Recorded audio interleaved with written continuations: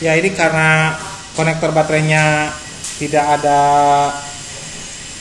konektornya ya, kaki pinnya, saya buat kabel jumper dari test point. Nih, kalau nyolder lihat tangannya. Nyolder seperti kita nolis ballpoint. Tuh. Ya. Nih, kalau saya nyolder seperti ini.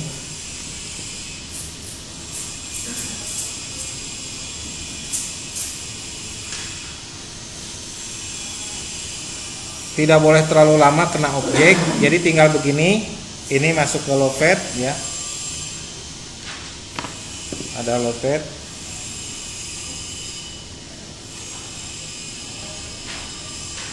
Tinggal begini saja cara nyoldernya. Jadi kualitas solderannya seperti yang pabrikan ya. Tidak sampai berapa detik ya. Ini sudah selesai. Ini kalau buat kabel jumperan tuh ya.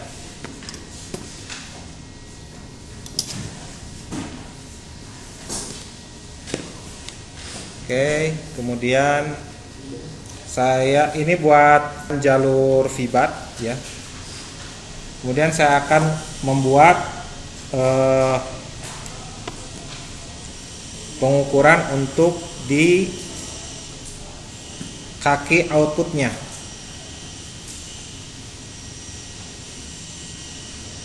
Ini cara buat kabelnya, buat kabel jumperannya. Jadi ujung-ujungnya nanti kasih timah. Nah, ini sudah begini ya, kawatnya sudah begini.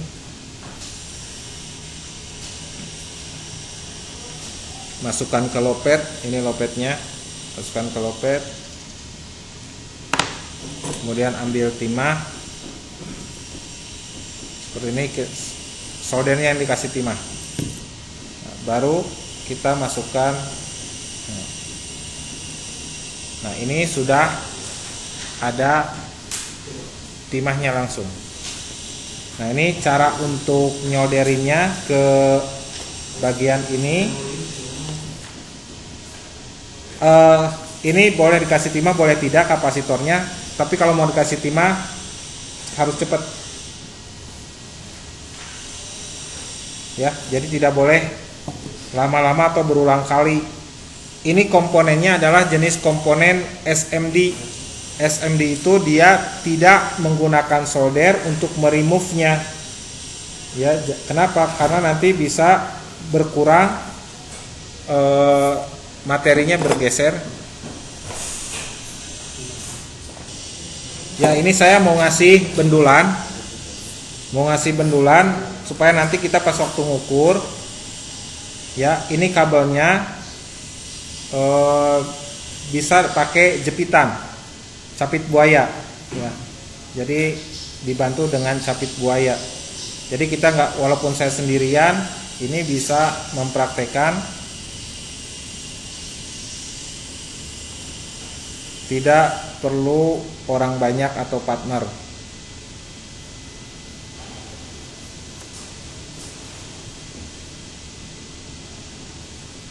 Ini saya akan kasih bendulan. Cara ngasih bendulannya, ininya dibeginikan saja, nanti ada timah. Ya, ada timah. Nah, ini.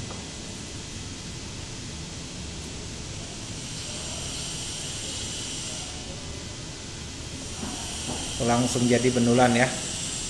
Jadi kalau misalkan ini ambil timah terus beginikan. Oh, narantau tadinya. Nah, ini ambil.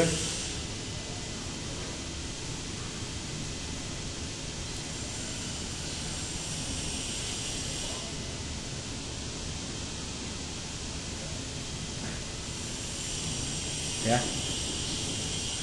Oke, biasakan solder itu kalau disimpan ujungnya selalu dalam keadaan bersih ya, clean. Oke, kita sudah siap untuk mempraktekkan ya. Saya akan bawa kameranya jauh lebih dekat. Ini solder ke sana.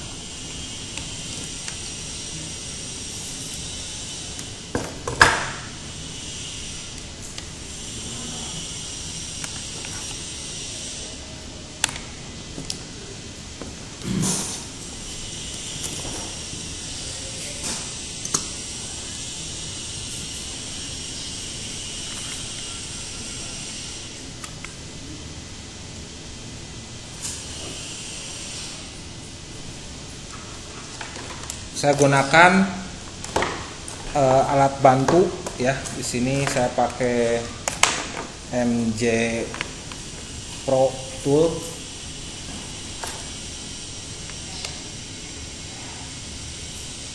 Kang enak punten no solder dicabut. Awas kamu pandangan. No soldernya dicabut.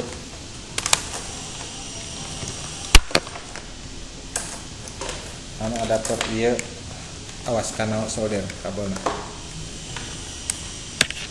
Oke.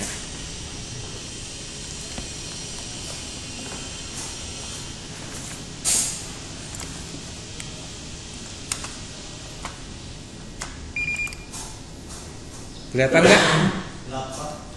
Gelap.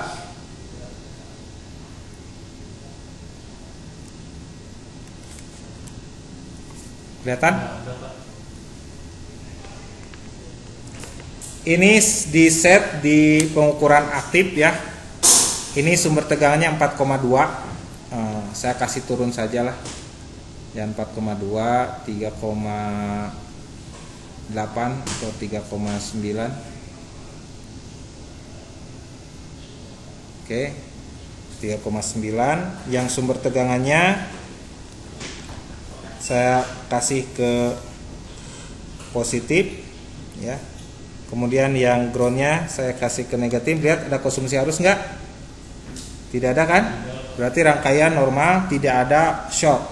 Sedangkan untuk alat pengukurnya di sini ada outputnya. Kita cek bahwa sumber tegangannya. Dan ini coba lihat di alat ukurnya. Outputnya masih sama dengan sumber tegangan. Outputnya masih sama dengan sumber tegangan ya. Nah sekarang saya mau mengukur output ketika si rangkaiannya ini ada capitan nggak ya? Pinjam capitan power supply gas. Ini akan saya capitkan.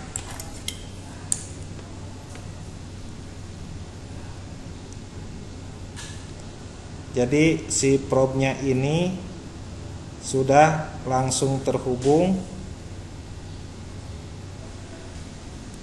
ke output. Ada ya? Oke. Outputnya ada kan? Ini input 3,9, ini outputnya 3,67. Nah, sekarang saya akan suntikan ke kaki nomor 4 ya. Ke kaki nomor 4 atau ke kaki nomor 3. Ini saya perkirakan yang akan menjadi enable. Nah, cara nyutiknya yang probe hitamnya ini ke kaki IC, yang probe merahnya di ground, karena probe yang akan mengeluarkan tegangan adalah probe yang hitam. Nah, ini saya ke ground ya. Dan saya akan suntikan. Lihat konsentrasi ke sini. Konsentrasi ke sini. Saya masukkan saya tembak sumber tegangan. Naik nggak? Berapa tadi?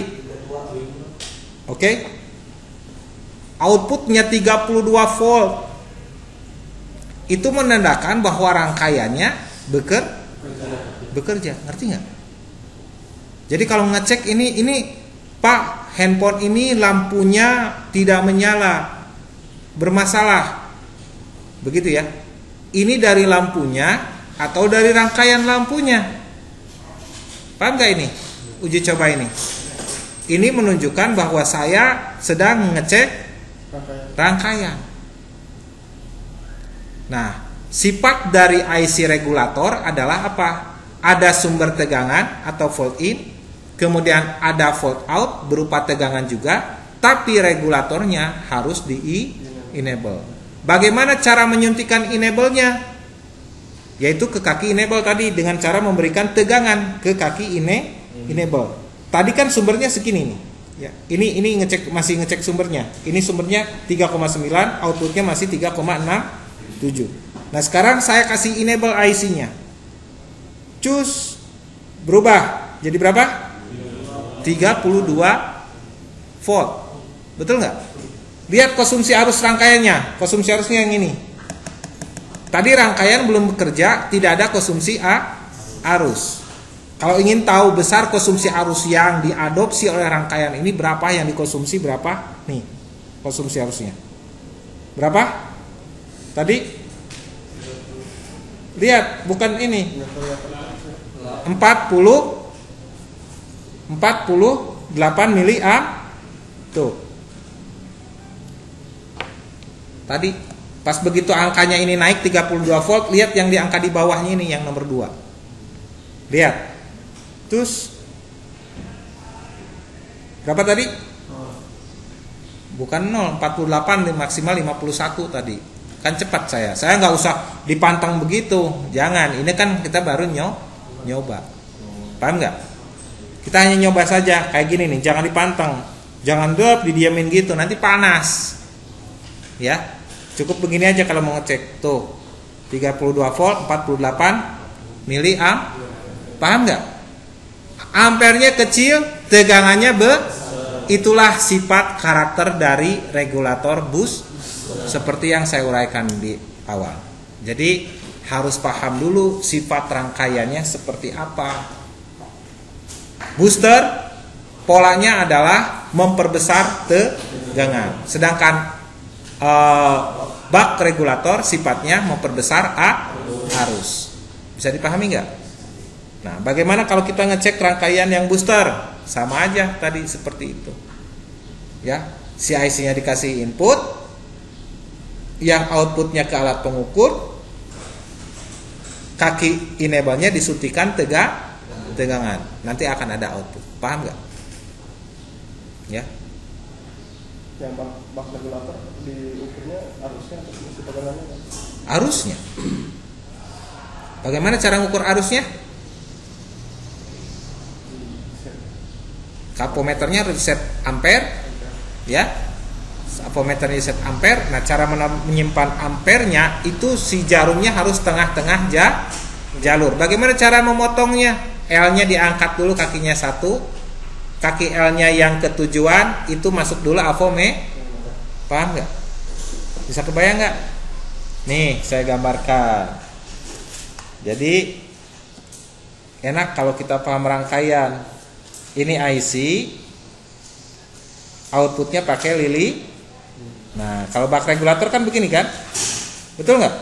Nah, ini bak regulator. Ada volt in, ada volt enable, ini ada ground, ini L, begitu kan?